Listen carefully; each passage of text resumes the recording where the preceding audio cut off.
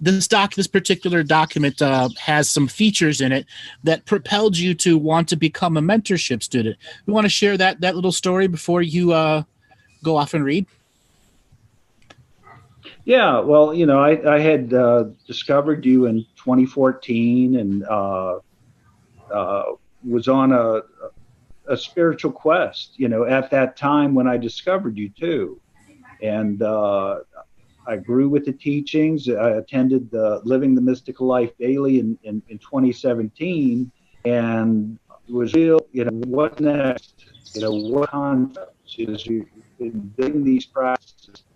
And when I heard the January 2018, the Unvanquished Dream, it was like, yeah, that's that seed of source consciousness within us that wants to go. That there's nothing can stop from this unvanquished dream, free co-creation and peace. Mm-hmm. And I thought that was such a great concept that I wanted to pursue it. And when the opportunity for the mentorship came up, where we could have, deep discussion on knowingness and make it known. So Dave, why don't you go ahead and read the fullness of the document, and the three of us are going to pick it apart and expand on some of the subject matters manifold. Okay, so you want want me to go through 1 and 2? Yes, go ahead. Just read 1 and 2. Okay. We want freedom for all sentient life. We want all life forms to have a representation in our Council of Evolution and Expansion. We do not want to disavow any sections, sects, factions, or fractal aspects of factions. We want all forms of representation in the new evolving council of high-dimensional co-creators. There are other factions of light in the multiverse who will be invited to this section of space when the light migration is in full fluid swing of natural energy motion.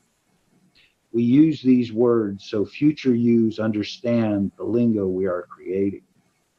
In full fluidity of light, headed to the natural synchronicity point. Some of these points are on Earth itself. These places will need to be prepared by the people of the surface or subsurface. These reception points will also have aspects in the light cities. As others leapfrogging through time have solid anchor point, call in the rest of the streams of light that is all the other encoded beings in light travel format. All those places where the light of the home went out, the light of the beings of that place head to this section out of natural survival instinct of light. They will find a space in Earth's astral worlds and make manifest light cities that will increase density. Many will come and time will be radically different for them. We will need precogs of this world to help them assemble the light code without entangling or changing them. With spawned as the celestial medium, we know many others will follow. You are our hope to assist others in raising the vibration so they can self-spawn. Having self-spawned celestial mediums in conjunction with natural interface precogs and empaths will greatly increase our ability to share the higher density information so the lower densities may have a deeper understanding in their colloquial now expression. You will assist many in growing a new lexicon of terms in the council that is deciding how to proceed with communication beyond the governing manifest of the solar system. We are ready to communicate with more of this world in a new format. The decision-making process was long and arduous in trying to glean what type of source from other historical expression, oracles, seers, and other lingual expressions of telepathy. The higher density information can be encoded in light language of the now. You have done it many times throughout your process.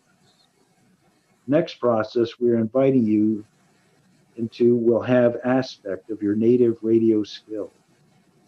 You have described it before as Galactic Psychic Radio. We'll add lingual world so you will understand it as a series of collective that will be tuning into a broadcast-based collective that will allow sections of other collective to be present without entangling with all other collectives present for the broadcast that has no starting or ending point. It will be a continuous message of light transforming expressions that will attract other sources of light or come and observe the ever-evolving expression. So the mass immigration of light headed this way will be prepared for the density shift across the galactic central plane and come to the light cities and ground cities and subsurface cities. Much of Earth will be the transformation of light in their sacred mountains and spaces of Earth high vibration. When these places emanate the energy of migration, homing beacons will be turned on in the human precognitive DNA strands will begin attracting humans from around the galaxy to assemble on Earth to get the next Earth Mind update. Earth is very much a part of the growing of the DNA skin suits. Her personal message with you are to help you understand from her density level what she wants out of her own people. Because you self-spawn and acted out of love, the next level of awareness that is available for you will be ever present in assisting you, raising of frequencies so the next part of the journey can be understood by the ever-evolving Andrew in communion and union with all thought constructs created in your density manifest reality. You will assist many in deprogramming their reality for preventative offensive action-based systems. You will help some of the more heavily minded to let down and express the need for defense as offense, as you assist them in understanding other ways conscious beings can create a dynamic stream that does not limit the growth of light and does not allow surprise actions that require direct in the colloquial now on how to develop operations, people-based systems of precognition. This precognition fence will be self-human erected from the many sacred places on Earth. Precognitive network will generate a deep connection to those who stand up to make sure the light migration is not interfered with by other higher density manifestations of yourselves or others not entangled in the distortion process. As the universe begins to change the very nature of soul commerce exchange, the debt-based system will be deciphered and shared with other collectives, so a mass installation of light codes can happen on many worlds. This mass implementation will assist many more streams of light to continue their long journey to the stars and beyond. We are way-showers, way-seekers, and spiritual journeyers too. We look to continue our process of going into the great mysteries of the universe. Now we have uncovered the first Earth mystery manifestation and not distortion. You are a self-manifested being. With this knowledge, we will continue to assist you as the increasing of your vibration and light through writing and speaking process, so distortion is returned to natural frequency vibration of self-evolution and not self-de-evolution. The process began many thousands of years ago. Now it is at hand. The you of the now acts as the medium unentangled observer and entangled at the same time. I now unpack the celestial code and download it into my cellular memory. I return the charge and polarity of reading the celestial code back to the celestial process that all those present, the ever-present moment of assisting me at this evolutionary process. Aho. Aho. Aho. Powerful words in there. All right. So like consciousness piranhas, let's pick it apart. Well, I'd like to Dreaming actually streams of light. go for it. Reading Well, I like, the kind of dreaming streams of light. Okay. Talk about full fluidity swing of natural energy motion. How did you write this document? Did you write it in those dreaming streams? So this document was in November 2017, during the time I was writing the entire second part to Living the Mystical Life Daily. Mm-hmm. So Living the Mystical Life Daily, the entire add-on, everything that we practice was done from November 7th to November 11th. And this came in around November 20th, just before Thanksgiving. And it was a part of an ever-evolving process Natalie had just passed away October 22nd. So this was a completion energy, an awareness energy. And I was so deep into the frequencies that this document took about 5 minutes to create. I'd gone on my normal morning walk, walked about a mile and a quarter, and it was really foggy. So foggy that I couldn't even see the cigarette smoke come out. I could see like one arm's length ahead of me. And I did my morning walk anyways, and I couldn't tell where I was going, but I know the streets and I know the area. And then when I got back in, there was this high-pitched frequency in my crown chakra, which is the alarm bell to sit in front of the computer and type. And I sat in front of the computer, and 5 minutes later, this document was there. What was I doing when I was creating? I was preparing for moments like these, in which people were going to be looking for definition. Were you actually aware at the time who was talking to you? Yes. This was a collection of collectives that were bringing definition to the many collectives that knew other collectives existed, but needed a space in which they could all speak and share a common set of words. And I happened to be the cross-section of many manifestations of many collectives. So it was a special group of collectives who had come together to share many collectives' message as a manifestation here on Earth. And that's that dream streams, where I was connected to the home worlds of millions of planets, celestial minds, fully in the state as the celestial medium, breakfast, lunch, and dinner, morning, noon, and night, every breath I take. So would you say that this is available to all of us? 100%. So how exciting is that, guys? I mean, I'm so excited, this is celestial medium we were talking about. Mm-hmm. Now, the part that I want to bring up is, I'm going to type it in the chat here. We do not want to disavow any sections, sects, factions, or fractal aspects of factions. This is me doing the wordsmith wordplay, but it's also taking an encoded language and light that doesn't miss anything. Because this actually sets up the rest of the document, because it's not just me as a manifestation speaking here. There are multiple me's on multiple timelines broadcasting this through all out time space as a standing frequency. This is when the many precognitive me's and postcognitive me's aligned a unique message that went out on this galactic radio network that's playing not just in this galaxy and universe, but in many others also, that are tuning into this particular signature frequency match for this awakening and what it represents to the rest of awareness. Yeah, that's the whole dreaming streams light that you tapped into that, it seems, and how I let it at that point in time, and it just flow through you. And then those words in there that you use, we use these words so future use understand the linguo we are creating, and full fluidity of light headed to their natural synchronicity. Can you expand on that? Future use. We are the future use, but there will be another future you who's a lot closer to the awakening. And your stream of light will lengthen. The wavelength will go from this to going like this. So it's going from an alpha pattern to a theta pattern. And when your wavelength lengthens, what happens to the experience?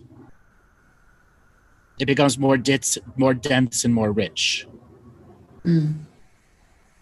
So a very rich experience. Full fluidity means there's not internal limitations of spirit stopping you from creating incredibly potent memories that are backed by faith and spirit.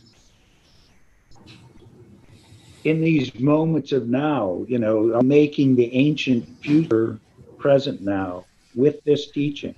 That dream, what effect is that having on the unseen and everything that you've brought into this manifestation? So by manifesting the dream as a tangible feeling people can taste, touch, know, sense, feel, smell, and experience. Because there are many people that taste hearing, and many people who hear via taste, or both. It's not all the same way. And when it becomes a tangible experience, it has many other unseen languages behind it that define it more. And by giving that dream space tangible here now,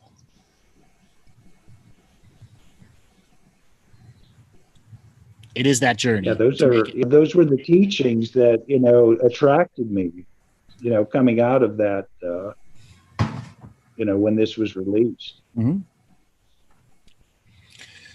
Because it's like making everything real now. I'm getting some, conscious, open up the Akashic Records, as a being of light, opening it here in the moment, the ever-present moment of now. Those were the reoccurring themes that I've gotten from this entire document. Mm-hmm. And some of them are combined in new ways, because I've used these words before, but they're combining in a new way that's unfolding the next piece of geometric linguistics.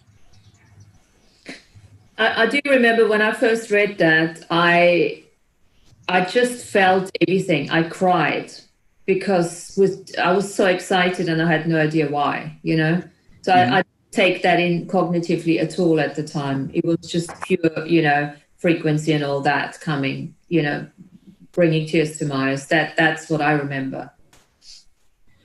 What did you look about with hindsight now? What was making you cry? Well, it was an inner knowingness, Mm-hmm. That's something that I have been yearning for. I know this is why I've come here for. This is why I'm here.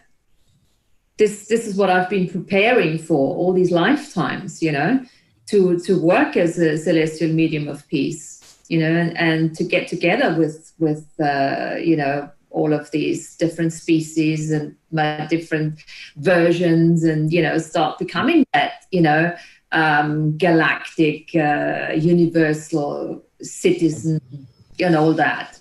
So let's go to the edge of unknown. Do you think you were a part of the collectives that helped create that document? Yes, let's say yes. Yes, because the many infinite fetuses that were a part of that creation, because it's a collected collection of collectives, the best of all the collectives coming together to create a unique, inspired wordsmith moment. Well, I never thought of that, obviously, but the fact that I cried all the way through must have been something along those lines. So you put a frequency in there that only you knew you would receive as confirmation and validation. I like that. It's here. Worth coming on tonight, staying up that long. Cool. So a next part of the document here I want to touch on is there are other factions of light in the multiverse who will be invited to this section of space when the light migration is in full swing and full fluid swing and natural energy motion. That is referring to the actual nuts and bolts of the awakening. So there are beings that are kept out of this space and time, blocked out of our section of the solar system, because if their light was here, domination and control couldn't exist. Mm-hmm. We are the ones that are going to invite them via our self-spawning of celestial mediumships. We will communicate to their celestial homeworlds and speak to their planets and invite others in dreams to take a long trip via faith. So to a place that's blacked out on the map and says, "Here be lizards and dragons." So is it do we consciously reach out to connect with these in the dream space? Is that part of the hub of interconnectivity? Yes and no. I mean, there's already parts of you that have done that. Like Martina set up her consulate in Inner Earth and ambassadorship. And it's just a matter of going to other places, spaces, and time and consciously doing it versus the many precognitive yous who are doing it or have done it already, waiting for you to pick up the experience.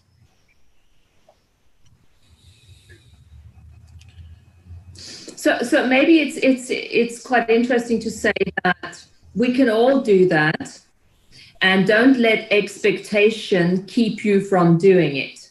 Okay? Because I think, you know, and this is definitely something which I had to learn and still have to learn, that as soon as you get excited about something, you start having all these expectations of what it is going to look like or taste like or smell like, and never does actually happen that way. So destroy and let go of all those expectations so that actually everything can come through in its own way.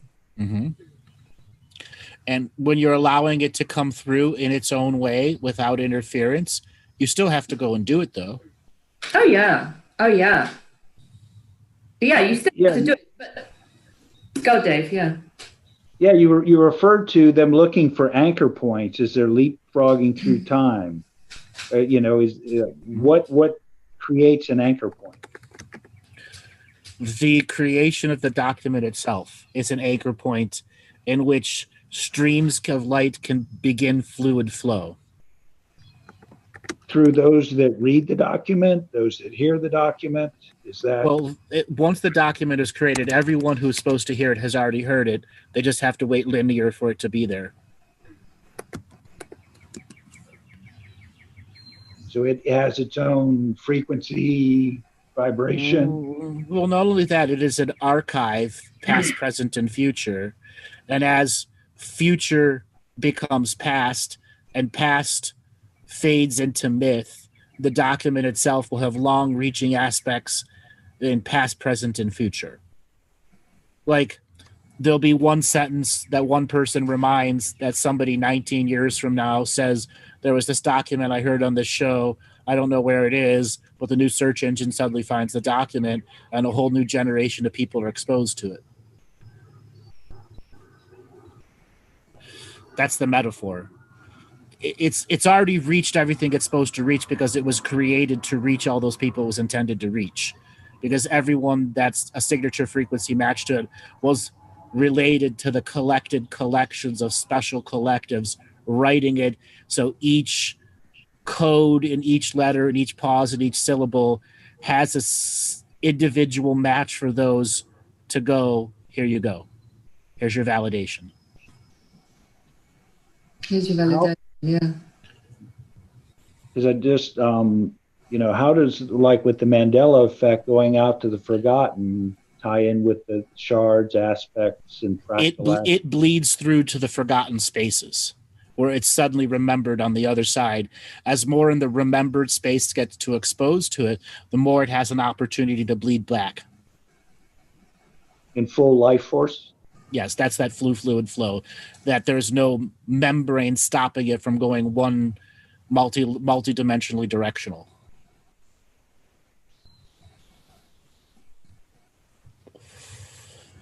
And of course, as always, you know, record it and listen to it, you know, and then bring it into your own, add your own voice to it, you know. Right. So if you guys are listening right now, Robert has just included the document in the chat room here for your later use. Go ahead and download it. And then the document will also be in the show description at the end of the show on the YouTube channel. All right, Martina and Dave, let's delve deeper into the nature of celestial mediumship and self-spawning.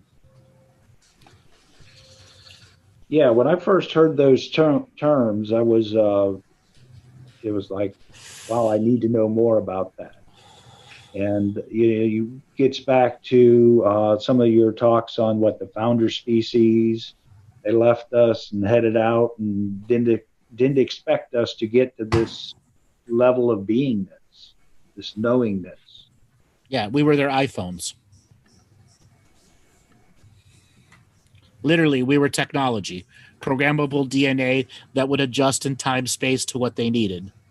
We were their programmable butlers, maids, and servants, and scientists and workers that they never thought would gain sentience to their great awareness of the technology that the founder beings had. So when we talk celestial medium, you know, a self-spawned celestial medium, what does that mean?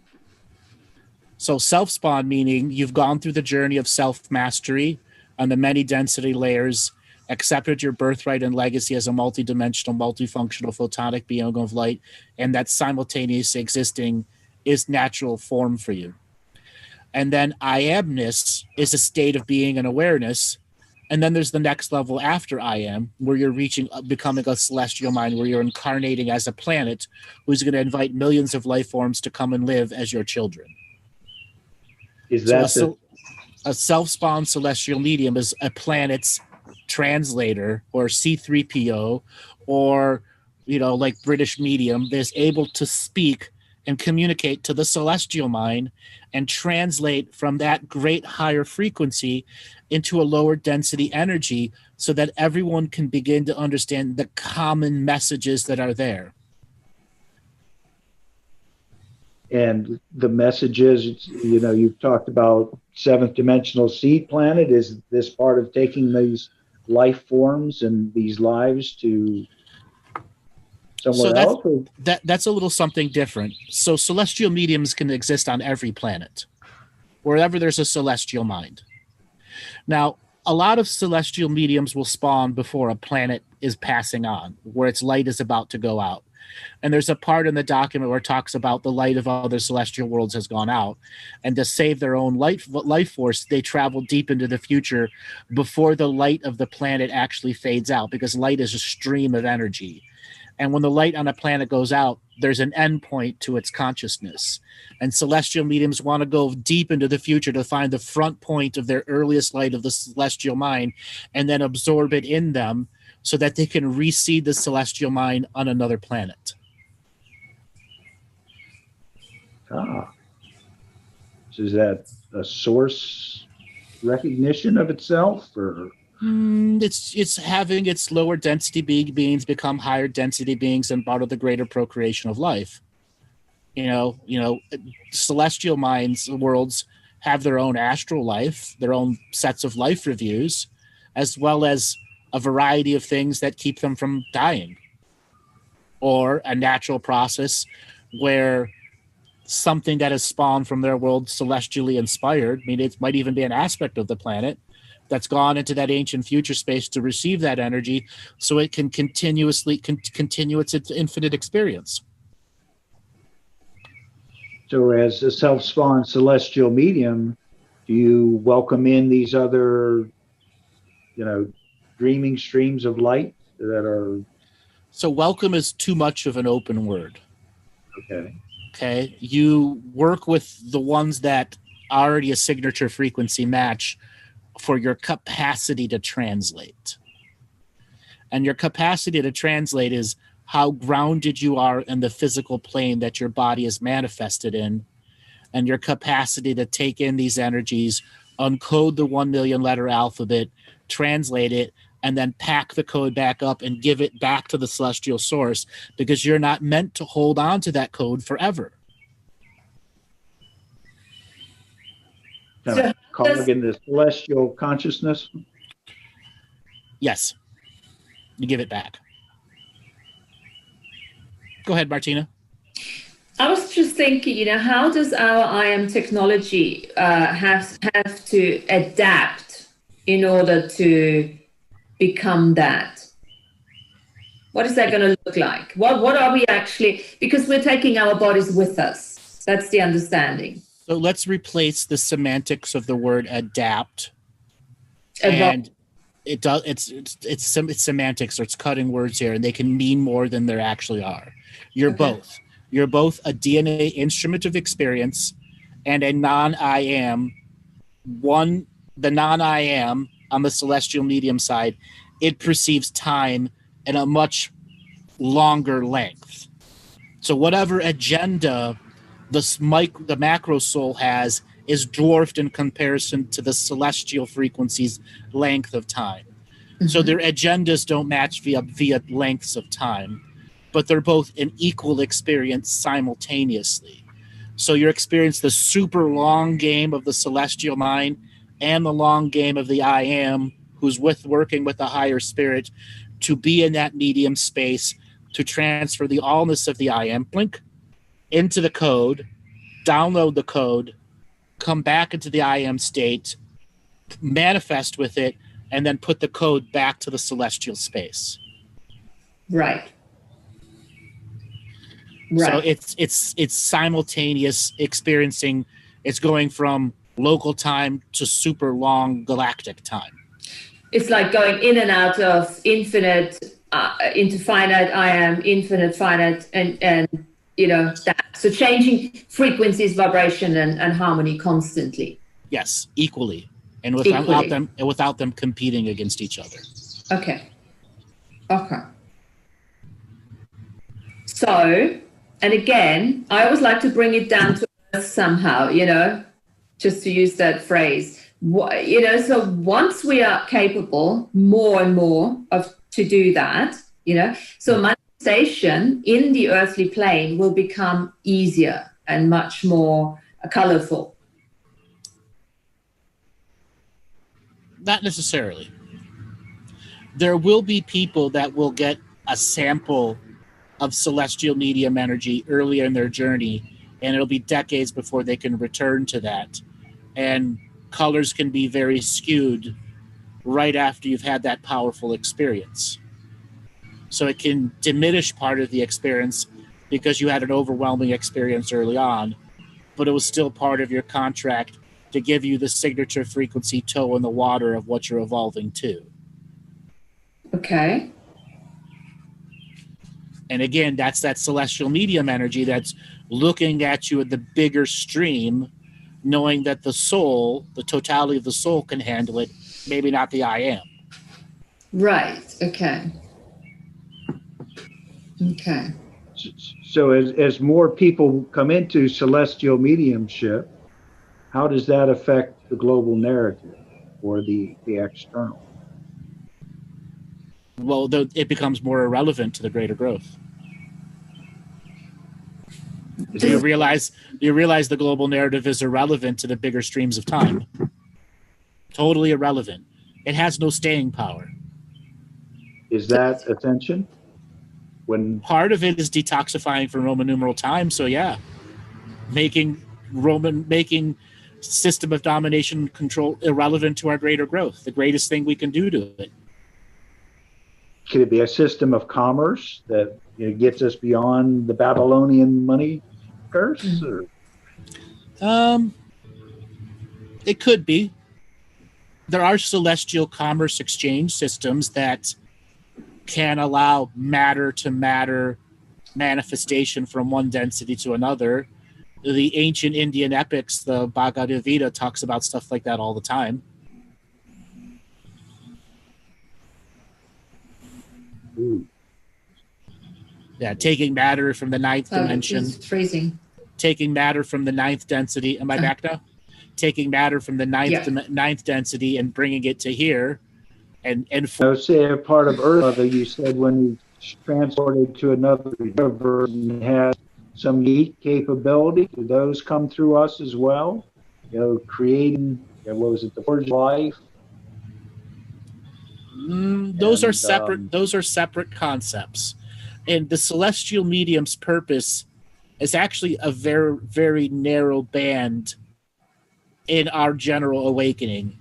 The self-spawns are the ones that had the contract to do it 20, 30, 50 years ahead of time, so that it was seeded in the 3 to 5 previous generations, so that there is a colloquial now representation of the very concept.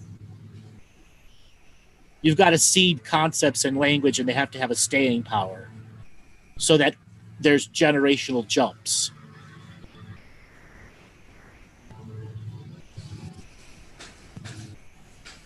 Did I lose you there?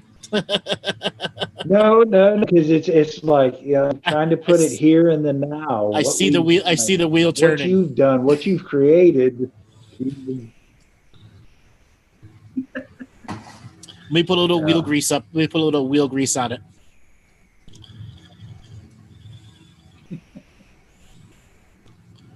So that's creating the new bubbles of all the different bubbles of realities, depending on the different levels of awareness, on the different levels of consciousness, and things like that. Yeah. Well, it does that. It prepares you ahead of time. And then when we're in the flow, and it's not about Democrats, Republicans, COVID-19, or any of the common topics of the global narrative that are distract you from your greater growth, then celestial medium will be there for everyone, because our planet is a chatty Cathy, let me tell you. She's chit, chit, chit, chit, chit. She's going to want you to sit down, have coffee and a beer with her. Okay? She's got to fill you in on a lot of stuff so that before you leave her world and go out there and want to be a part of the greater group out there, okay? She's got some stuff to tell you. So that's COVID-19 helped her tell her story.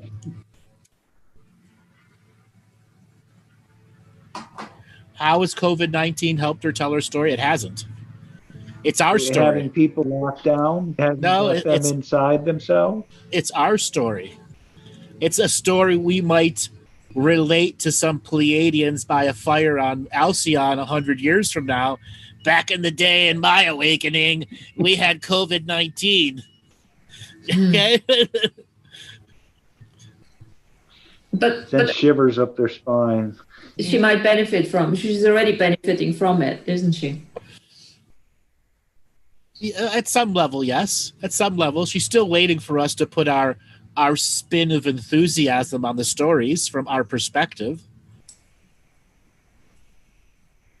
So that communion with Earth, like communication with Earth, that is obviously something that is becoming increasingly important, as you just said, because how can we do this? Is there anything in particular that we can throw out there for people to look at that? So without being cliched, self-mastery, self-healing, self-nurture, self-love, which I repeat all the time because those are the fundamentals to make it work inside you. Yes. The next step after you've mastered those three things is enthusiastic effort and letting go of curiosity learning, because it's not galactic Tinder. You can't just go up to, hey, Earth Mama, give me a booby flash for all the information. You got to consciously, effectively go through the material and ask questions. That's not curiosity. That's the true learning in you. Yes. Stop looking for external psychics and sources, because you'll have access to all the Akashic Records. It's the nature of celestial medium. Mm-hmm. Not just the Akashic Records of this world, but any of the other celestial sources who are sharing an archive of what the fuck happened here. Yep. An unlimited being being present in that. An unlimited being with a pencil and paper or text-to-speech writing, whatever you want to do. But yeah, celestial beings having a chat with each other, mm-hmm. Exchanging, information, exchanging experience. Like I said, having a coffee and a beer. Yeah. A coffee to get you moving and a beer to loosen you up. Yeah. Cool. And as your practice, your daily, your monthly, your yearly becomes like an unconscious practice where you're just in that all the time. How does that change the relationship with the celestial medium?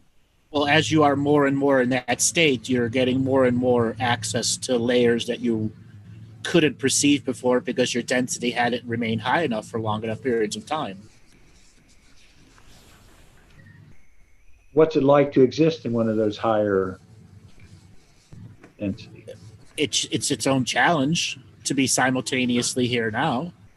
There's a lot of inner work that continues to evolve inside you to maintain that density frequency. Like when I wrote that document, I was in that state for, 3.5 months, 4.5 months, somewhere around that, before I finally said, I can't live like this anymore. I've got to return to being a normal person. It wasn't my natural creation to be in it for that long. And I had allowed it to go too long. And I had to consciously step myself down from being in that high state always, 24/7, 365. Mm.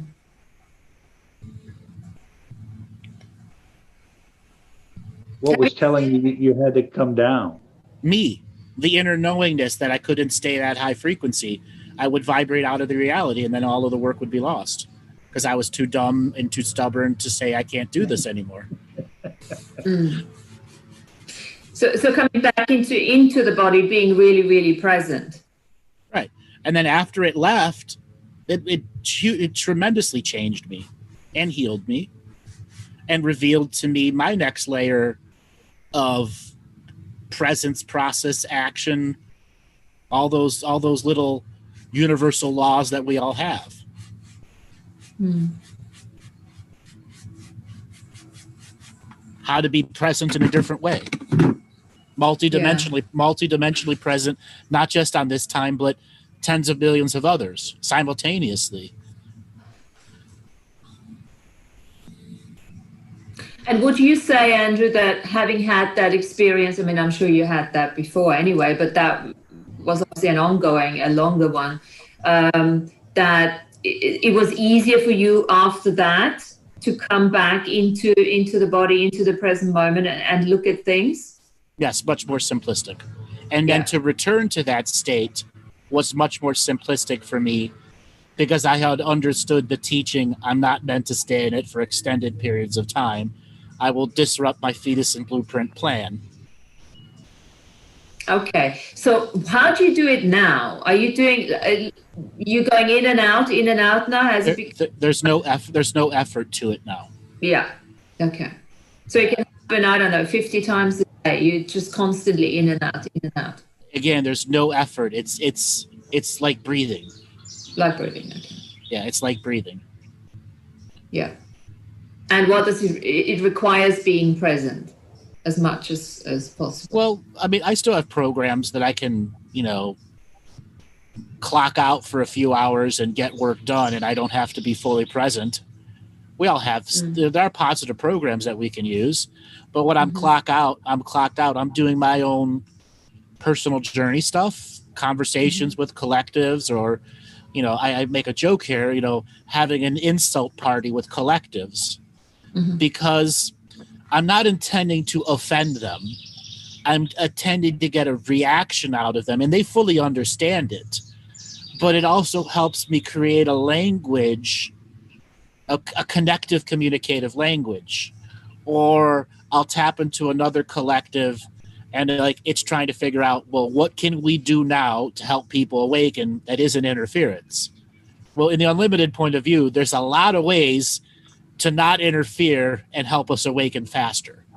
We just have to figure it out and then do what I call a test implementation. Give it to a collective that goes and does a metaphorical double-blind study to see if it's still non-interference and a way for it to naturally coexist through some form of implementation. Is that in dream space or? No, that's me. That's me when I turn my programs on and I let it go on autopilot. Okay. Do we all do that? Yeah, we all do that. I just have retrained some of my programs to be very positive for me.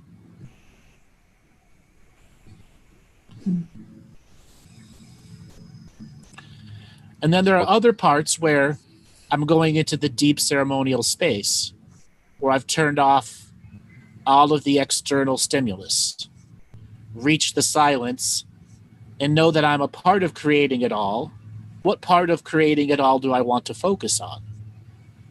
And from there, a set of impulses will generate precognition and postcognition simultaneously, which is an ever-evolving experience solely based in light or superluminal thinking. Oh, say a little bit about superluminal thinking then. Okay, so what was your first exposure to superluminal thinking? Do you remember that? For me, the way I see it is basically, it's that simultaneous thinking that everything happens, past, present, future at the same time, that type of stuff, It's more than that. That's why you need to talk about it. It's more than that. So superluminal thinking is when you completely bypass chemical-based experiences and memories And you are no longer operating in the zeros of ones of the sympathetic or parasympathetic. And the vagus nerve is fully open, and all of the chakras are interconnected via the central nervous system and adding to the superluminal experience. So the body has a form of sensation that it can't process, but it knows it's superluminal thinking.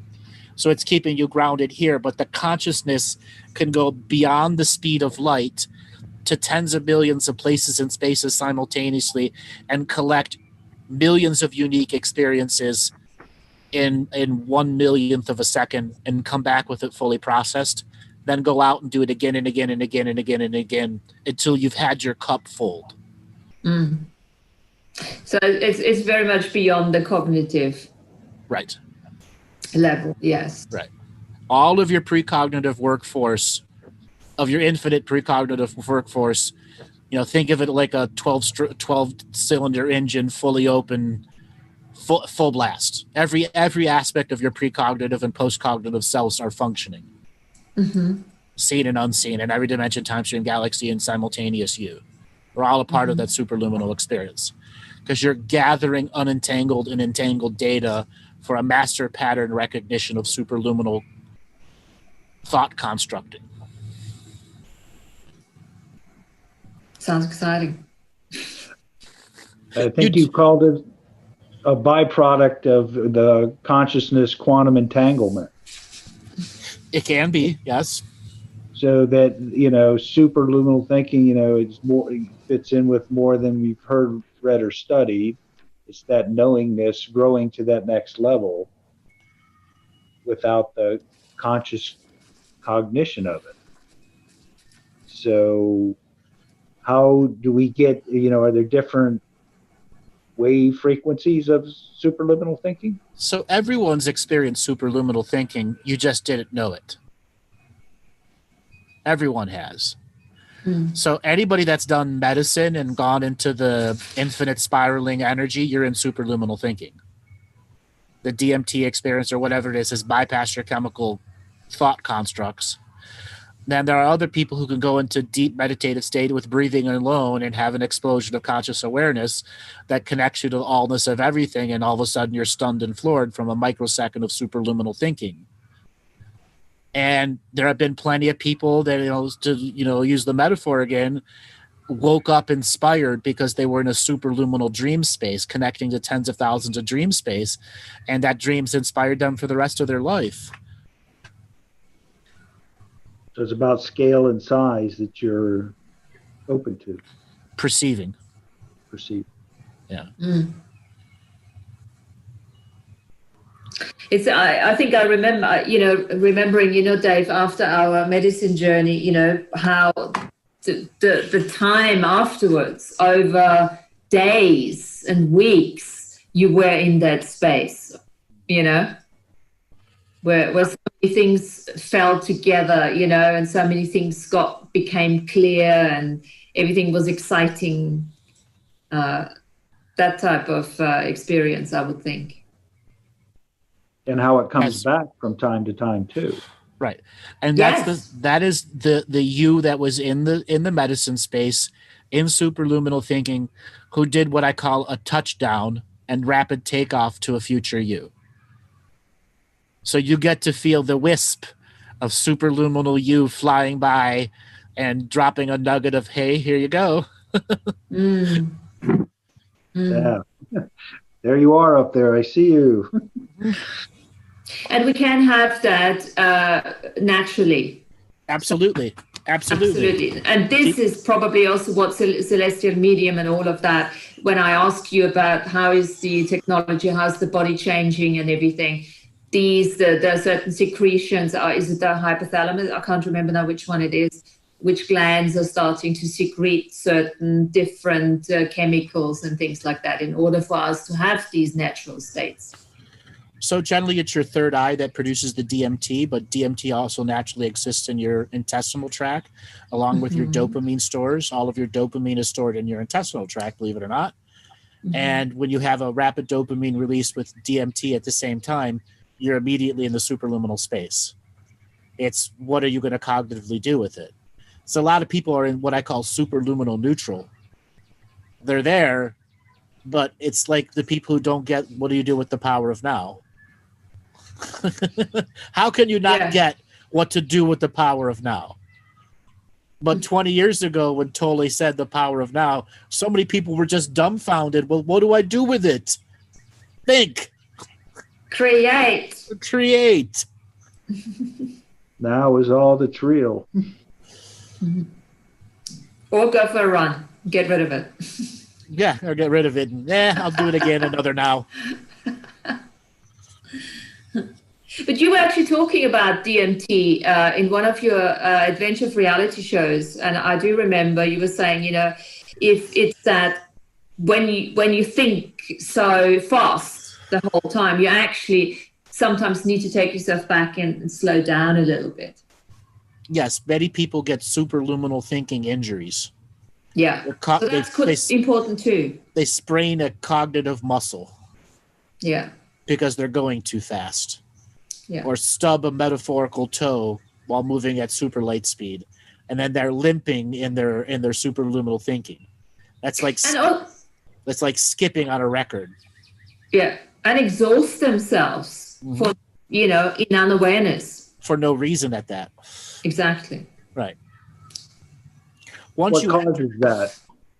Once you enter that state, you should already have a strategy pre-prepared as part of your extended daily practice. Now, there's so many people out there that take daily practice and they hear me say it all the time, but they cognitively gloss over it.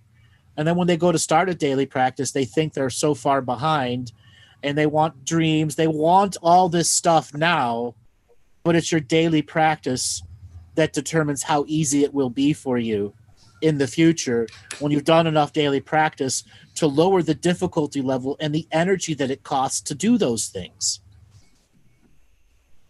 Yeah, because you want practices that bring you joy and you enjoy doing. Right. And there's another thing I want to mention to this. I don't know if that is exactly falling into this category, but with all these super fast creators, like I've done this so many times. You create in the future because you're creating so fast. The thought process and everything happens so fast. You create in the future, and so that it actually never happens. It never materializes in the now. Yes, there are a lot of people that shoot themselves in their own foot by going into superluminal thinking and using curiosity learning. Well, it's not just the learning itself, but it's like sometimes, you have a thought and you create. So often I create a whole scenario in my head, and by the time I'm done creating, I'm bored of it, and I'll never really put it into action. But it did do something for you in that moment, though. Yeah, but it didn't make me any money. But that's material. I know. But, we also have to live. I could have put a whole program out there, but by the time I've done it in my head, I've already been bored of, Okay. So that particular process of over-creating and overstimulating yourself is mental masturbation. If you're going to do nothing with it. Don't do that. Right. Don't do it. Because it doesn't actually give you a release. Well, it's fun too. Blissful. But not like a real experience of actually doing it and following through and then reaping the rewards of the effort. Yes. Okay. That is the key, reaping the rewards of the effort. What's the use if you could get us to superluminal space but can't do anything here with it? Exactly. So be aware of that too. Mm-hmm. You are supposed to do something with it here in the now. Exactly. And how many callers go, I don't know what to do with my skills. I don't know my purpose. And what do I say back? You know your purpose. You're just afraid to admit it. And those are the ones that are in real denial, where it's a river in Egypt to them. It's battling their program so they can be present to figure out who they are. Yep.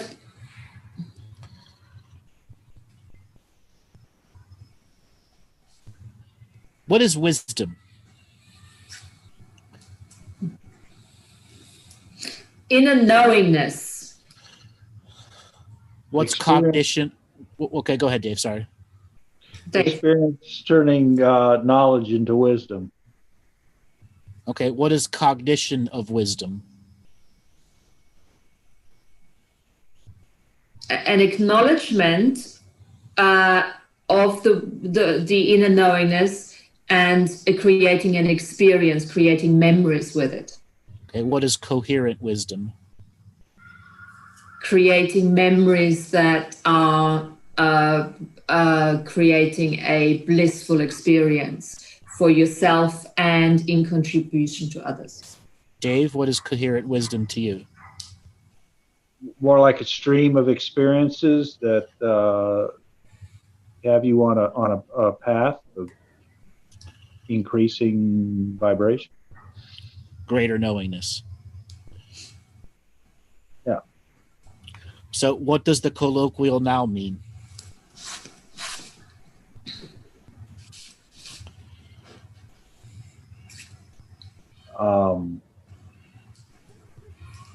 I always looked at it as, that was the category of subjects of your linguistics, bringing different subjects into a cognitive context.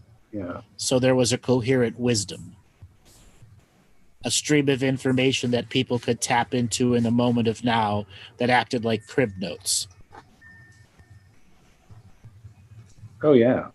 Absolutely. It's like the dreaming stream of light, or equal eyes of knowingness revealed, different clarity of heart space. There's a whole bunch that you put out there. Is that superluminal thinking?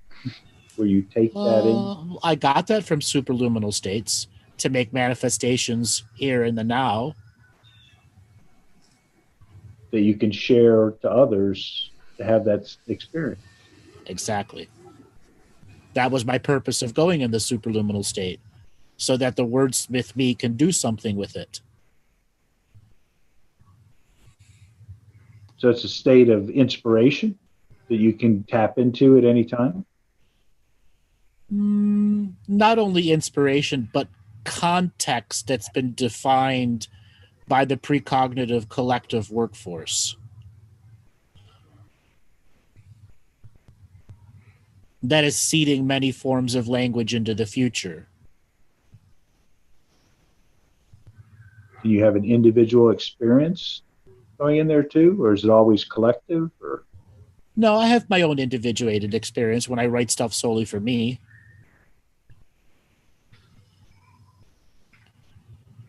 I mean, there are thousands of pages that I've that are just solely for me. Right.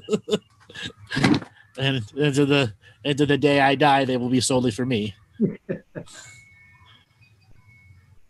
Yeah.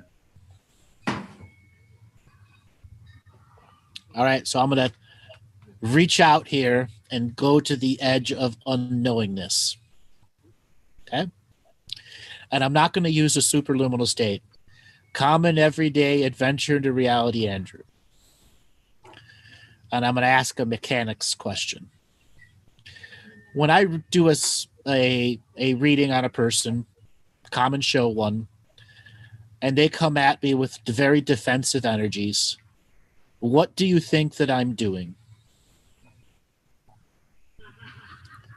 You're raising your frequency. You go into your super sacred neutral. You do have your intention that you're not entangling. And you probably also have to out-vibrate that person at some stage. Plus the audience. Yes. Okay, so I'm doing all of that, plus out-vibrating the audience. Finding the highest frequency being who's listening, past, present, and future, because this show will be an archive, and this show will be, technically it's now, and it will be an archive for future listeners. So it's a past, present, and future existence.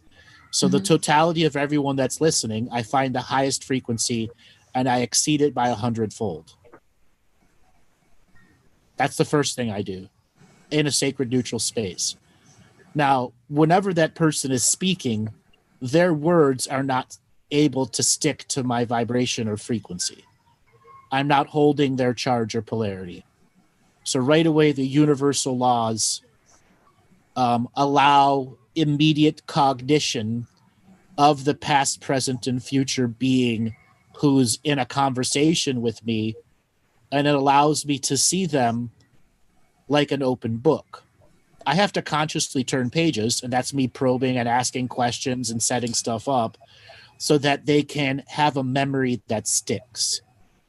Ultimately, what I'm doing with the skill is figuring out what is actually going to stick in the caller's memory and then everyone that's listening. And each and every individual person will have something individual and separate that sticks to them. One may be this side of statement, one may be that statement, but every caller is going to have something that sticks as an extended memory, a memory that will last more than 6 months. That's my goal. Mm-hmm.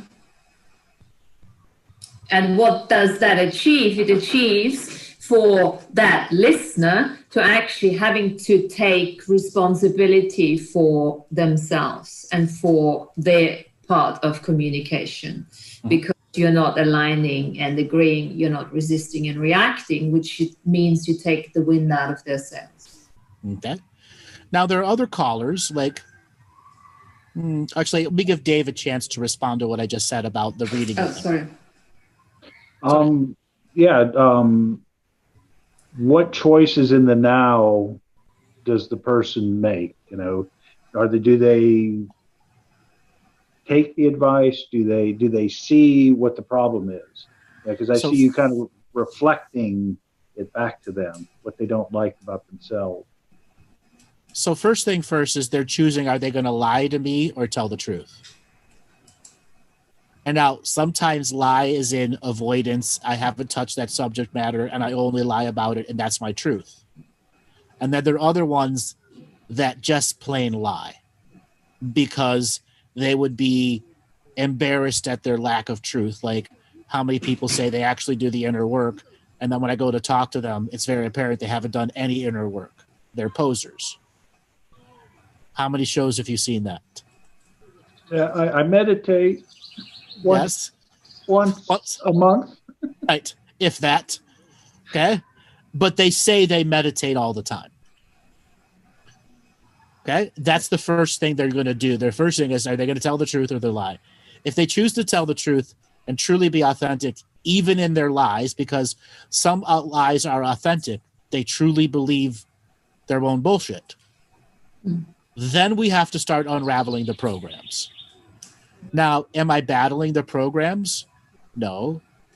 I'm giving an opportunity for the soul to step into the body and to stop the programs arguing for the limitations.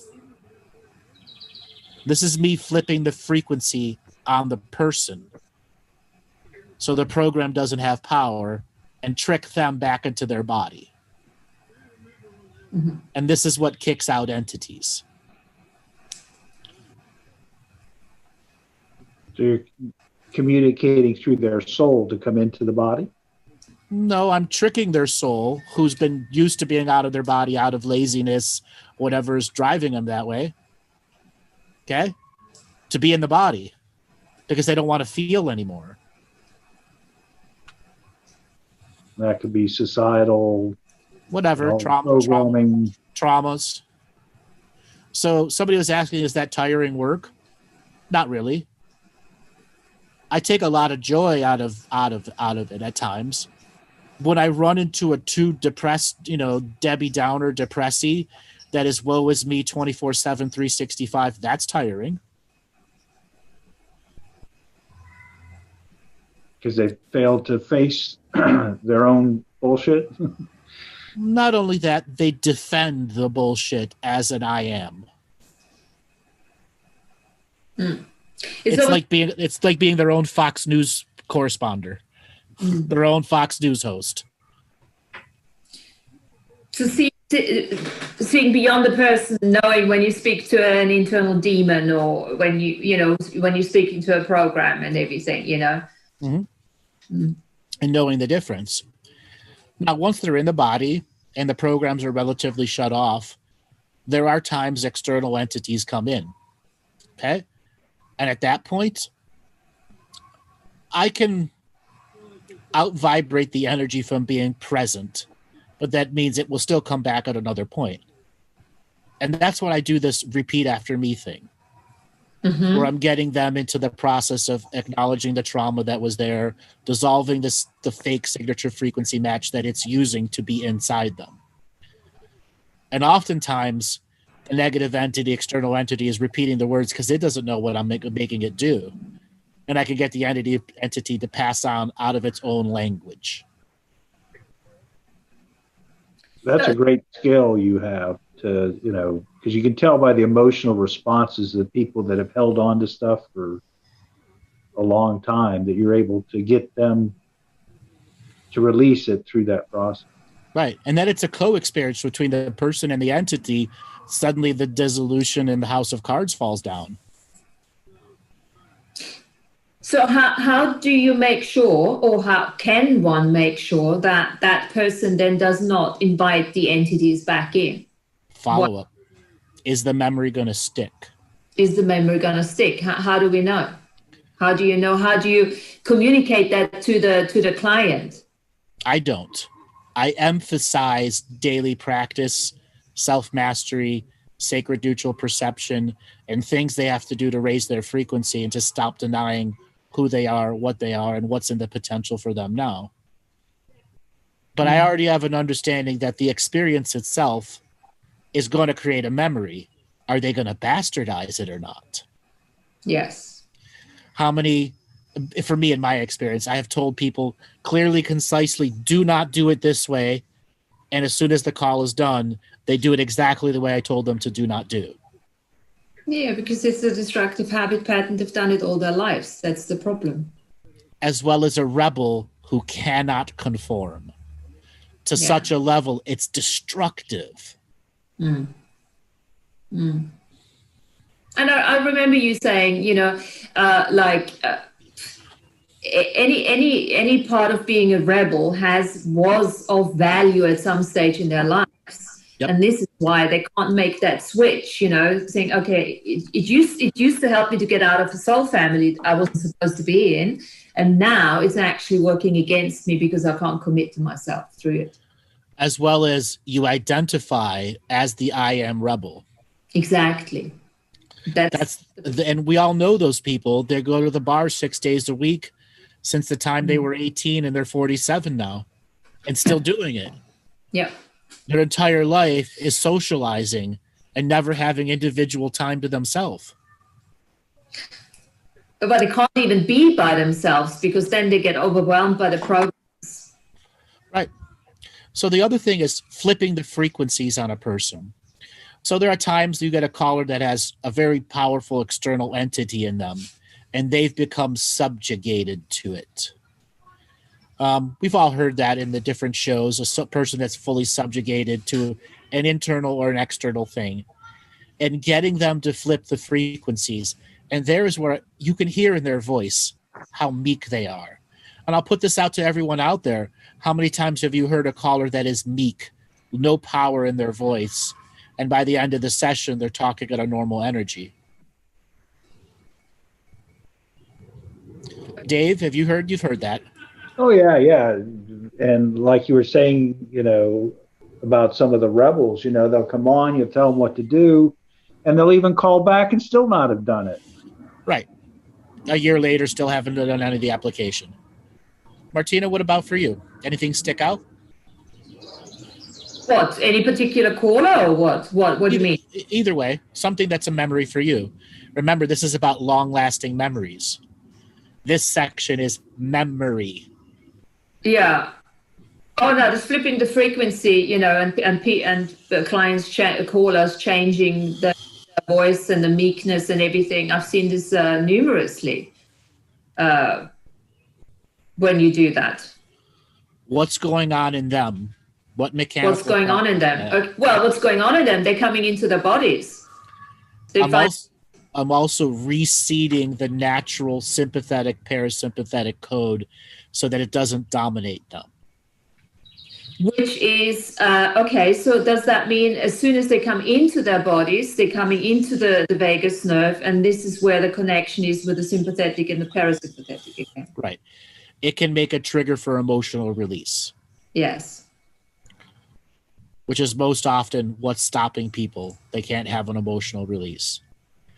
Now, on another level, there are times the celestial medium of peace is fully speaking to the person, and it's like they have fingers in their ears, hands over their eyes, and a hand over their mouth. They may be perceiving it, but they're not getting anything.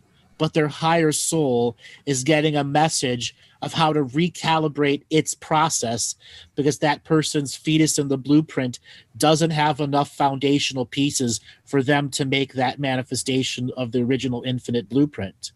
And you're giving an updated code to the higher self of how to make it happen in the framework of this memory that's there for that person during this frequency of time for them to do something with it. That's soul surgery. Mm-hmm. Linguistic alchemy. You know, your words have that effect, especially those repeat after me through, you know, all the years that I've heard you do that. There's always a shift. Yep. In the voice, and you know, some emotional breakdowns, but then, you know, regathering and then finding the strength that they've been missing. Okay. Can you say a bit more on psychic surgery? So that is the superluminal me using conscious aware Andrew talking and the superluminal experience to travel to spaces, dimensions, time streams, and places that shards are locked out of the auric frequency of the being, and my voice is creating a portal for it to return, and the many precognitive me's are preparing and healing the shard so it can go back and reintegrate into their fractal. Yes. And maybe this is a good time now where you add the body language. So there are times that you'll see me do, here, I'll turn my camera on. Right now my internet's real funky. You'll see me do this, pull stuff out, and those are individual pieces and codes that have to be put back or not be brought to the body. They're too negative as part of the reintegration phase. Now, the hand language, do I need to do it? No, it makes it a lot easier for me talking with you to do it. It's making the body a part of the experience because the body has more CPU power, so I can do it show after show after show, session after session after session, person after person after person. I don't know how many shows it's crying person from crying person to crying person to crying person. Been many that way, as well as inspirational motivation, full transmission, and so on, followed up by, you know, somebody with a super depressy that won't hear anything. I have my own prepared space and energy for that. And the superluminal capacity of my thought power can bring all the energies that are needed and prepare the shards. And then there are certain shards that I have to talk the person through getting it back in them. That's that repeat after me process. Okay? Because they have to consciously bring it in. I can only bring it to the edge of their aura. And if they don't want it, I have to put it back to where it goes.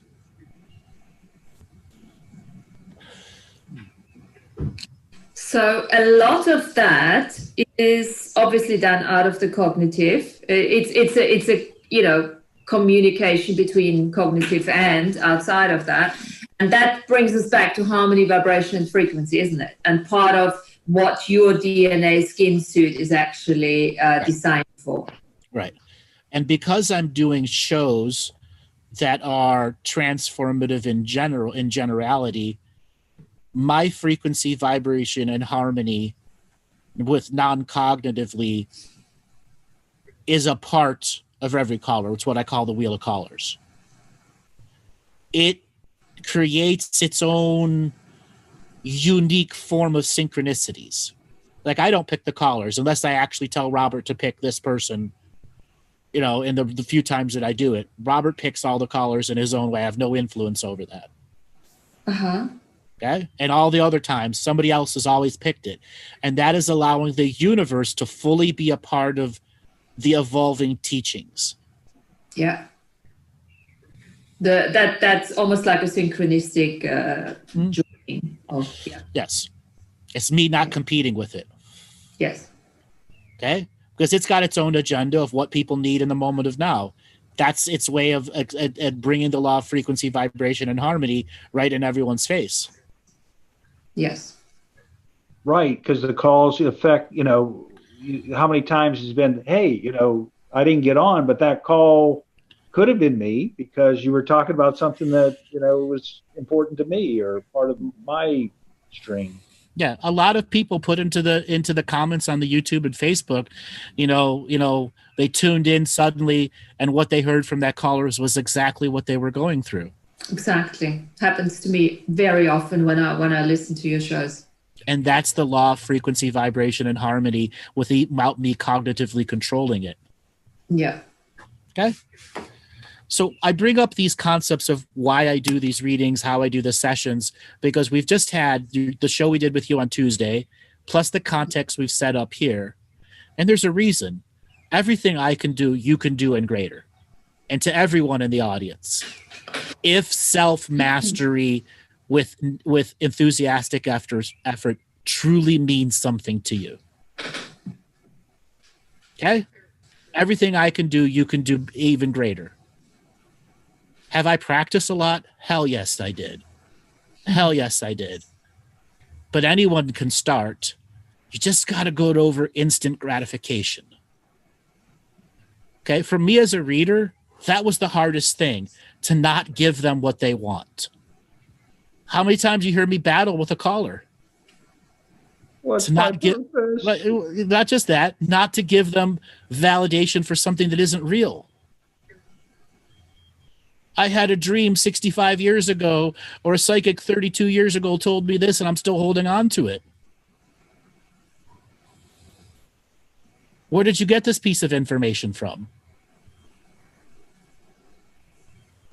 The worst thing I can do as a superluminal being is give them fake validation. That isn't authentic. And when I have to use suck it up buttercup moments, that's because the person's being meek, consciously, out of awareness. Yeah, it's just not empowering, either, because as you say, everybody has their own knowingness, their own wisdom, and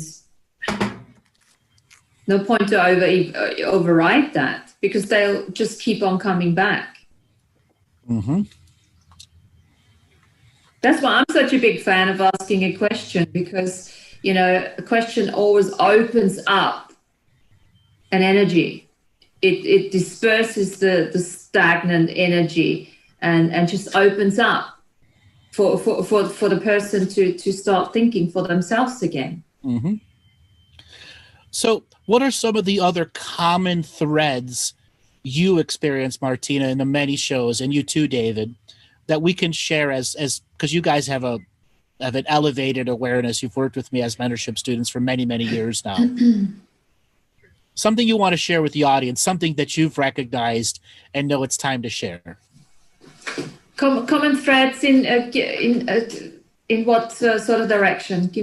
Be it callers, the nature of the message, style, mechanics, stuff you figured out on your own of how I do it or explained to you in the many mentorship calls. Mm-hmm. I'll go. Okay. It's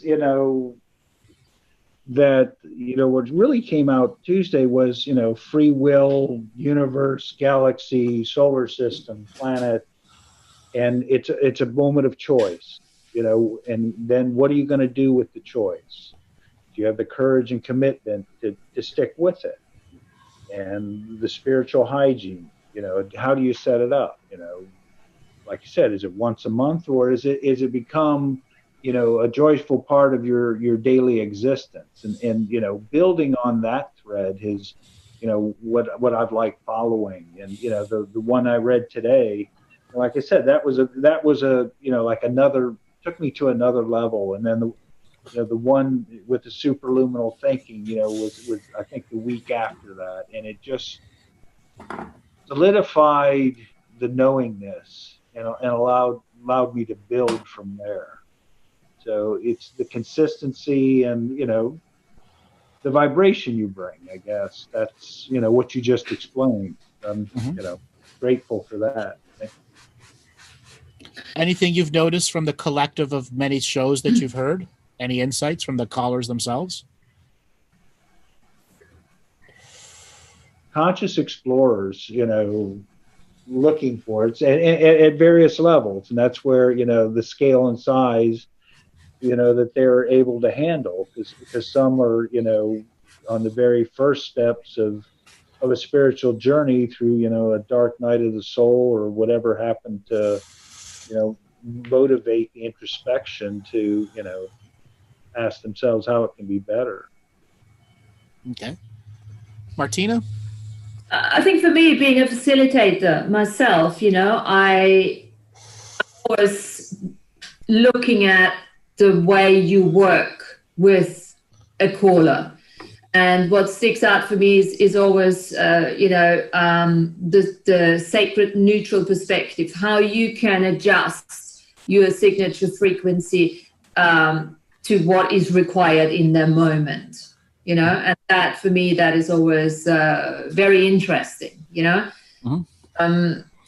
And also I'm always aware that you're working on a multidimensional level, that I can perceive almost when you speak to the program, when you speak to the entity, and how you bring it all together, Mm-hmm. The other thing is, you being the teacher is you can flip from being the teacher into being the facilitator, or whatever you want to call it, the healer, that type of stuff. So you've got all these different levers, if you wish, and you can just pull them whenever that is required. So I love that flexibility of a performance. It's almost a performance which is truly authentic in its presentation. Mm-hmm. Now, recently we've been doing mentorship hot seats, Mm-hmm. and we've done 3 now. And the one we did for you, you were able to get the bloodhound energy from it, and you were able to bring that into your own frequency. You want to share a little bit of that side? Yeah, I mean, the hot seat we've started doing is basically you just look at, is there anything in your life that you want to change? And you don't have to specify that. And then Andrew guides the person, and all the others are holding space and obviously contributing to the process. And for me, let me speak for my own hot seat. It was very much like I felt like being taken into, it was like a timeline journey for me, going up and down into the Akashic Records. And Andrew used, one of the tools he uses is casting a net, so casting a net into the past, the future, into the various directions, and bringing in the soul shards, the healed, the unhealed ones. And it is, okay, so I have to say it is a visualization as such. Mm-hmm. And then you bring the net in, and then you look at it, and you look at what requires to be done, what needs to be healed, and that type of stuff. And for me, it was like, going into the past and into all these different directions, and then bringing it all together and integrating that. And the bloodhound, it's a very simple thing, which was so effective because I got stuck at some stage. She says, go back, go into the future and find, or go into the past and find that hidden you that doesn't want to be seen. And of course, subconscious said, fuck you, Andrew, I'm not doing this. And he said, okay, here's the bloodhound. Hold on to him. And as soon as he gave me the bloodhound, the metaphor of the bloodhound was like, and I was going. And since then, I've been using the bloodhound for everything. You know, if I get stuck somewhere, I just say, Bloodhound, where are you? Take the leash and off I go. So sometimes it's quite interesting. And I was really fast doing that, and which was quite interesting for me to see how I work, you know. So it is a metaphorical representation and exploration that we do, and hugely effective. I've done mine on the 2nd of May, and so many things have fallen into place for me and have changed just by doing that. And that was a 2-hour hot seat. It was incredible. And then having my mentorship friends on the call, you know, with me, it was a huge contribution too, because, you know, also afterwards we always have the opportunity to chat to each other. And so often I remember speaking to Dave, and Dave said a few things. Dave said to me in one of the conversations that, it was great how you went into the Akash and everything. And I'm like, what? What are you talking about? I went into the Akash, and I was like, oh my God, I went into the Akash, you know? It's so interesting how these things happen in unawareness. But anyway, I'm babbling on. So that's the hot seat. Exciting. And ironically, the hot seat came after the roasting show where people were volunteering to be roasted, which was about a month and a half ago. Yeah. And then you're like, I want to get roasted. You volunteered for it. And I didn't even know. Yeah. Because I said to you, why don't we do a hot seat, and I want to be on it. And that's how it started. But no, you said you want to be roasted. Oh, right. Yeah. Yeah. Because the whole roasting show about a month and a half ago. Right. And then Robert was putting up roasting memes with the ET over the ET over the fire. Yeah. And that evolved that part of the teaching. But you guys were also ready for it. You're such a close-knit, connective group.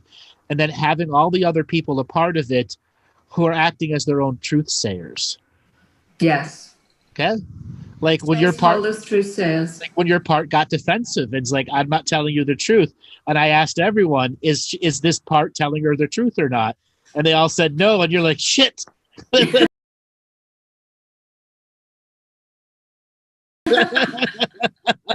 There's a part of me that I couldn't tell it was lying to me.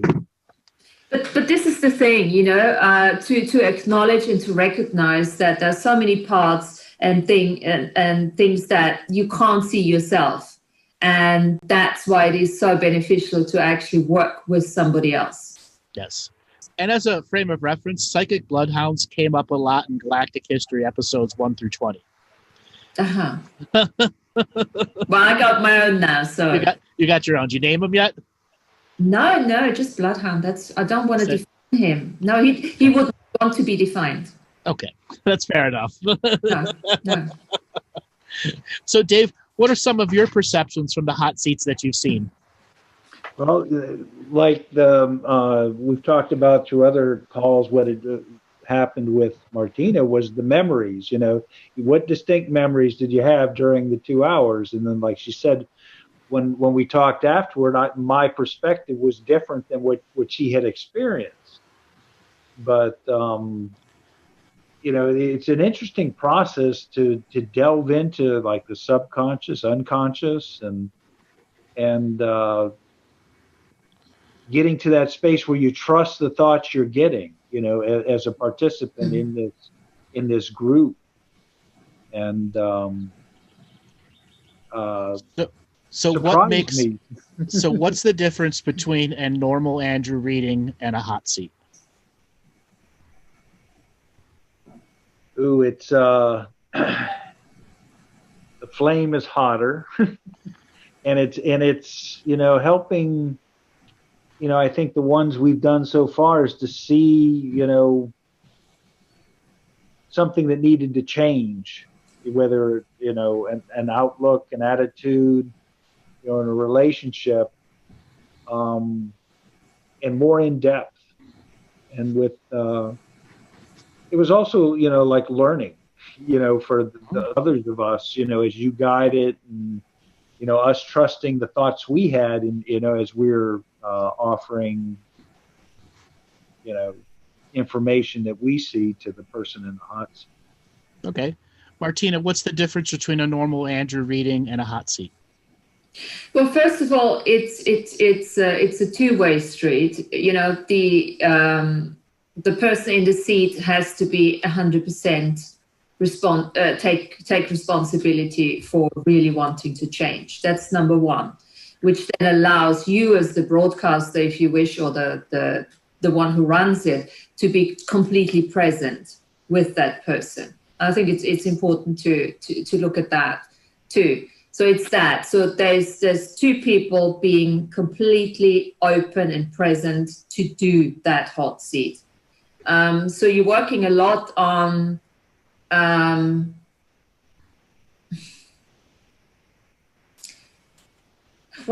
you want to know what the difference is really in terms of how you do it differently. You've done 3 now, which I've witnessed, and every single one was different. Mm-hmm. So again, you are applying yourself to. There's no particular technique. You can't say, "Oh, I'm teaching this hot seat now, and this is a technique," because you're looking at what is required in the moment, and then you apply that. So the last one you did was a completely different one, which was you're looking at all the different directions, the north, the south, the east, the west, and you beautifully brought it all together. There was healing going on, and then there was seeding going on, and it was all completely, what's the word? Well, just really beautifully brought together in the end. Thank you. Tell me, how do you feel? So there is a major difference. When I have a group of people who are a part of it, I will bring up a context from other stuff. I've talked about these healing groups where you have 4 or 5 people in the background and one person doing hands-on energy healing work on a person, and a collective of galactic doctors and psychic surgeons available to the crown chakra of the practitioner. When I'm doing this hot seat, I've talked about this in dozens of other shows, this healing format, where you'll have 1 or 2 hands-on healers and then a room of people who are holding space for the practitioner and the person going through the healing, with the intention of bringing all the collective doctors of the galaxy and universe to your awareness in a non-competitional format. So all of their wisdom is there. In these hot seats, I am doing that. And each person that's a part of it is connected to their galactic doctors, healers, shamans, whatever you want to call, and they become a part of a master collective that can make the surgery very easy. Okay? And in your instance, it was getting you to repair some timelines and then take some junk out of it. And once you did that, you were able to move really fast between subjects. Mm-hmm. And once you started moving fast between subjects, it was very apparent where we were going. Okay? And I know I don't know if you want to talk about any of the specifics, but once we got you going into a direction that there are parts of you that weren't telling you the whole truth and nothing but the truth, sworn on a Bible. Mm. And then you had to question them. You had to play good cop, bad cop with your own self. And once you did that in an empowered state, you tapped into the collective of healers and did the work. And you brought them in. Is that what you're saying? You brought the collective in to tap into it.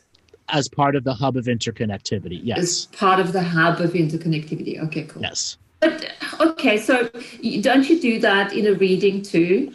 Not always. Not always. There are some people that aren't ready for that. Right. Okay? They're just not ready. Mm-hmm. They may want it with hands, I want it, no! But they're not ready. It's not going to stick. It's not going to make a memory. It's just another instant gratification. That's like playing a lotto number and it not winning. Yeah. And I have to say, it felt integrated. It's not even that I had to, I did transcribe it, obviously, a draft 1, and then you read it again, and then you always get the different layers and everything. and then you have a discussion within the group maybe, but it wasn't necessarily something that I had to practice afterwards or anything. It was integrated. Mm-hmm. And it is. So the big difference between a normal reading is I am trying to get the receiver of the hot seat to take over the collective of wisdom that is there, mm-hmm. and to apply it through their own actions and words, and being a guide for them at confirming things that just need a little bit of confirming, and then how the rest of the group can add its own valuation to some of the other aspects, because each person in the group is also tuning into the collective guides, guardians, and psychic surgeons and getting their own thing out of it.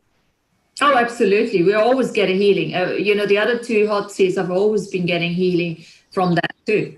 Mm-hmm. In insights and all sorts of things going on. Yeah. So a standard reading, I am not putting the hub of interconnectivity in the person's responsibility layer. Mm-hmm. Now, there are times when I'm dealing with a uniquely potent, powerful person that's been avoiding their power for a very long time, and that's what their soul has actually contracted me to do. Put the weight of responsibility to be in the body and use the skill so they have the sample of what it feels like, and then they can determine afterwards if the memory sticks and they want to follow through, you've actually had the experience of being super psychic on your own. Mm. So would it actually harm anyone if you would put it in, even if the person's not ready? Yes, it could do a lot of harm in a person. It would be me stepping on their journey. Right. So that's the sovereignty rules again. You've got to be careful with that. Mm-hmm. Also, it can be easily weaponized against the rest of the universe. Right. Oh, really? Yeah. Yeah. Remember, I say all the time, everything I do has been defanged and de-weaponized. Yeah, we got to watch out. We had Moriarty come up. He would yes. Everyone's got a supervillain inside them. You just have to learn how to snip its nuts. Neuter it. Okay? Snippy. And then it's not a supervillain anymore. So, Dave, it's your turn next time, eh? Yep, looks like I'm on the hot seat. You'll be on the hot seat, and we'll bring the hub of interconnectivity in, and now we know what we're doing. Different time. Watch out. So, over the last couple shows, we've talked about hub of interconnectivity, Unvanquished Dream of Peace, a whole smattering of context. Now, this coming Tuesday, we're going to do another show that is by intention to take you to the next level. So I want people, everyone that's here right now, to go and write something in the chat room that isn't 1 or 2 letters, that doesn't say love, that doesn't say light, that doesn't say 2-letter answers or 2-word answers. What have you learned today or in the last 2 shows? Reach into your frequency and type something into the chat room. Everyone that's there, get up off your ass and type. I'll sit on your ass and type. Jesse, 2 words. Fail. All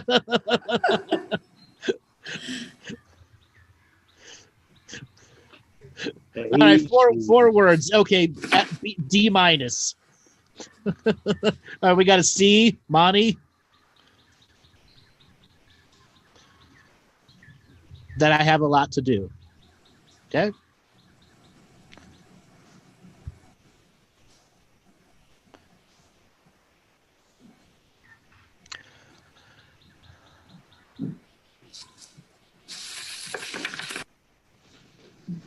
I'm fucking up your distorted chi. Yes, I am. Via my vibration, frequency, and harmony. Making it normal chi. All right. Now, as part of this journey, we've gotten everyone to interact. When you, let's say mechanics-wise, when I ask the chat room to interact, what do you think I'm doing at a multidimensional level?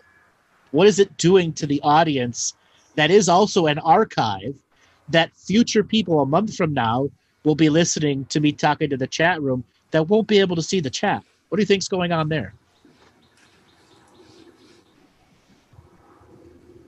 Well, it's a little bit what you said early on. Are you inviting this hub of interconnectivity in? It's already there. Yeah. Okay.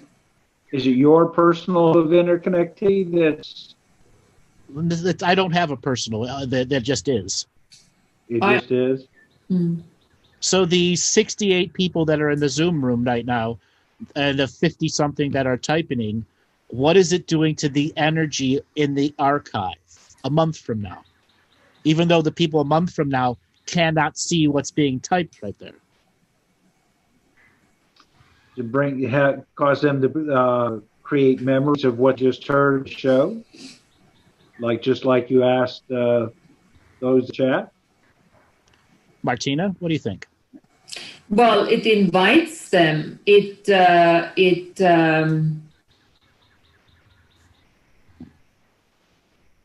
challenges them on some level.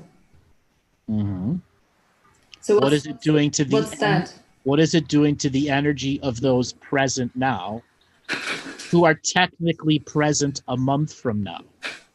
Present month from now. Well, something is gonna, their precognitive workforces are probably starting to interact with them. Their agents are starting to work with them because of the invitation that you're sending out over the next couple of days, weeks, months. Their post-cognitive workforce is bringing energy in, and the people that are going to listen to a month from now, Joe that's listening from a month ago, that's had his mind blown for the last hour and 46 minutes, suddenly hears me talking about a chat room he can't see, and he's going, where's this chat room I can't see? But he's experiencing each and every one of your energies.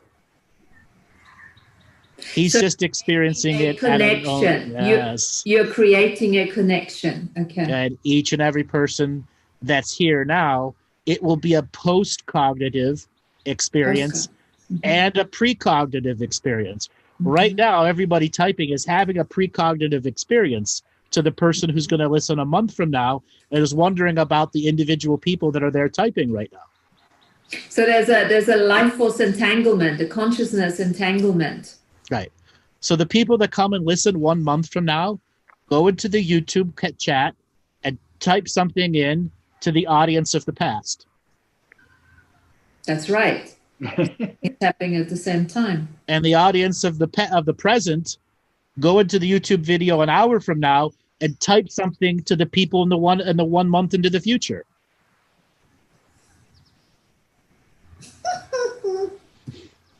It is that easy to manipulate time. Mm. All right, we're at a point where we're going to take some calls. So for everyone that is in the Zoom room and wants to have an opportunity to ask everyone here a question, go on down to the participants button and click raise your hand. And we'll give a few minutes for people to figure out how to actually raise their hand, because only a few people have done it so far. Go on, each and every one of you, click on that participants button. All you chicken shits out there that aren't raising your hand. For each and every person. For the future archive. For each and every one of you that's not raising your hand, you're all going to get a galactic wedgie. There we go. All right, Robert, spin up the wheel of callers and see what is a signature frequency match for a first caller. All righty. Chance, you are the first unmuted caller. Chance, Irani, are you there? Yes, I'm here. I didn't want to get a cosmic wedgie. Okay, I didn't want a cosmic wedgie. So where are you calling from? New York, Brooklyn. Brooklyn, New York. Welcome to the show. So what have you thought about the show today so far? Well, I got the email beforehand and I read those words out loud, and it like shook something in me. It was like, oh yeah, you already know, like you already know this. And then now coming here, listening to all of this, it's just like, oh my goodness. I have been right this whole time. Why didn't I just listen to myself? But it's like, it's a part of the journey. Mm-hmm. It's a part of all of this. This is what the journey is about. And so, yeah, it's just putting everything into maybe some kind of knowing that I know right now so I can do some stuff. Okay. So do you have any questions about what you've heard? Anything you want to make a statement about? Oh, man. Okay. There's a lot. There's so much to talk about. Take a chance. Exactly. Take a chance. Okay, take a chance. And I took a chance this year and changed my name to Chance. So my question is, my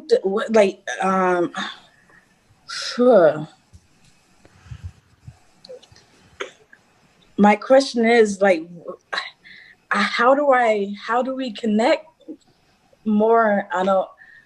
Because it's like, sometimes I'm all by myself and I'm like doing all this work, and then I go out to the world and I was like, oh man, hold up, time. I was kind of like really ahead of time, and now I'm like pulled back into time, and it's like I'm just trying to get my balance right now, because I feel like I keep moving in and out of time. Like I can, yeah. That's what's happening with me right now. And so listening to this, I'm in resonance with it. I understand. I'm understanding on a lot of different levels that I can't comprehend right now, but I am comprehending it because I'm always doing this. I'm always listening. I'm always, yeah. So I'm just trying to find my balance right now. And I think that watching these videos, they really help me. They really help me hone in. What am I supposed to be focusing on?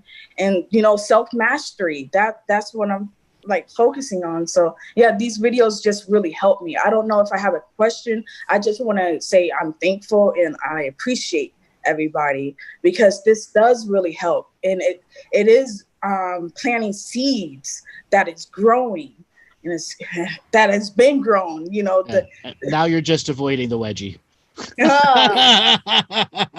So what's holding you back from self-mastery? Nothing. Nothing? Absolutely nothing?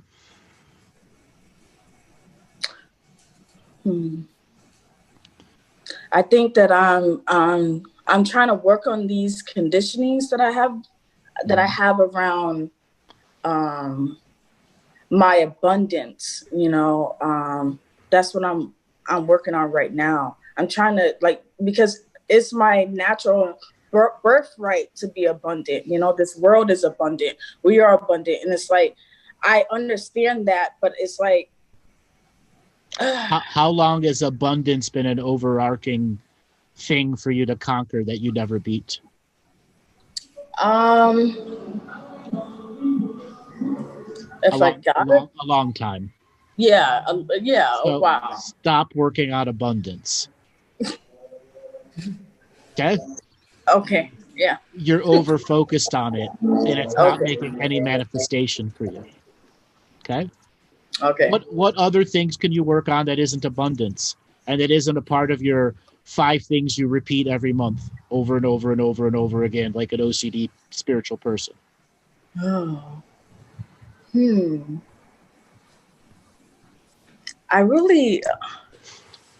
I'm an artist, and I really like painting and drawing. Okay.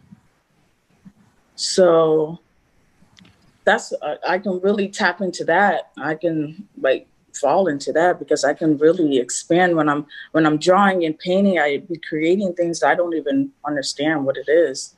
Okay, so if you take out abundance and shame, blame, and guilt and the common spiritual things you're repeating and not getting illumination from, and put out energy to artwork, you might have something, an abundant portfolio at the end. Yeah. Yeah. Martina, do you have anything you want to add? Yeah, I'm just wondering, Chance, if you could just, as Andrew says,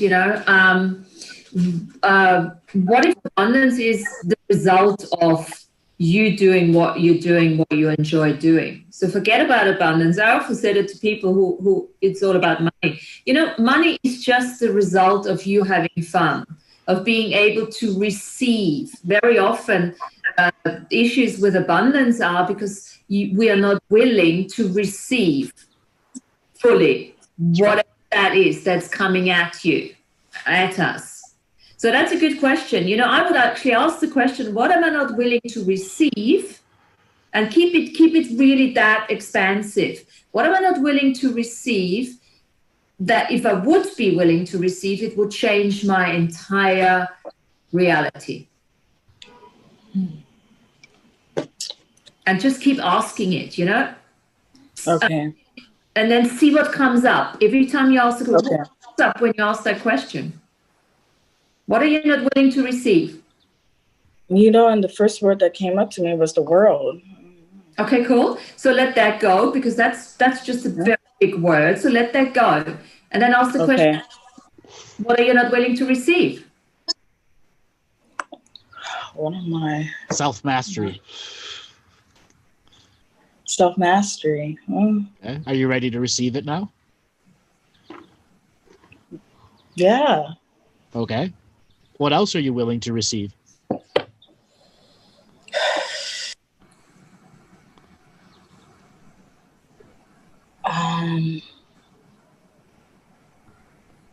Love. Oh. We uncovered a can of worms. Whoa. Okay. Just by acknowledging you're not receiving love means you put it to the next week of inner work. What do I got to do to start receiving love? Because I shut myself down because I've been working on abundance for so long. Yeah. Okay. Thanks a lot for calling in. So, Martina, you there? Any last thoughts you want to give to everyone before we end the show? Any last thoughts? I enjoyed it. I hope you did too. Oh, yes, I did. This was very fun. Very information for a lot of people. It's been great to have Dave on too. You know, it's so nice to share that information, you know, amongst us and obviously, hopefully contributing to everybody else. Yeah. Right. You want to give people a way to get a hold of you if they want to come and visit your website or be in any of the groups that you do? Okay. My website is www.syncholistic.co.uk. This is where you can get a hold of me. And then we have our Earth Nouveau website, which is our collaboration of all the mentorship, friends, where we are doing actually Zooms on a Wednesday, every Wednesday, not so late, not at 2 a.m, but at 5 o'clock in the afternoon. And the website is earthnouveau.com. And you can find me on all the media sites anyway. So. Okay. And Dave, are you there? Yeah, I'm here. Is there any last words you want to give to everyone? Just keep up the daily practice and see what synchronicities come. Okay. Do you want to give a way for people to get a hold of you if they have any questions for you? I really don't have anything. It's all right. Use the Earth Nouveau, earthnouveau.com. Yeah, use the Earth Nouveau. Yeah, you'll know. So, so there is homework, everyone. If you didn't think you'd get away with it.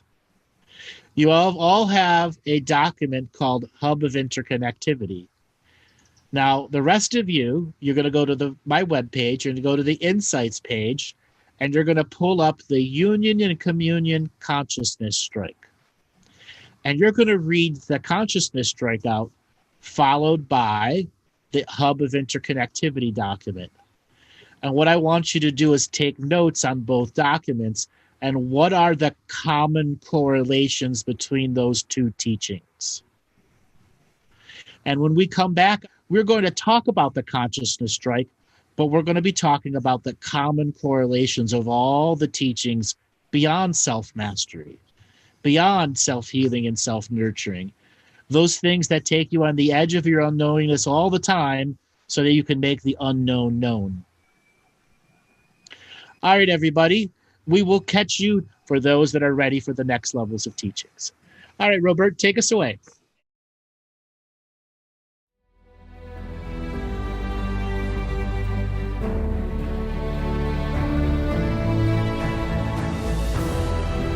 Each different bubble of reality is true.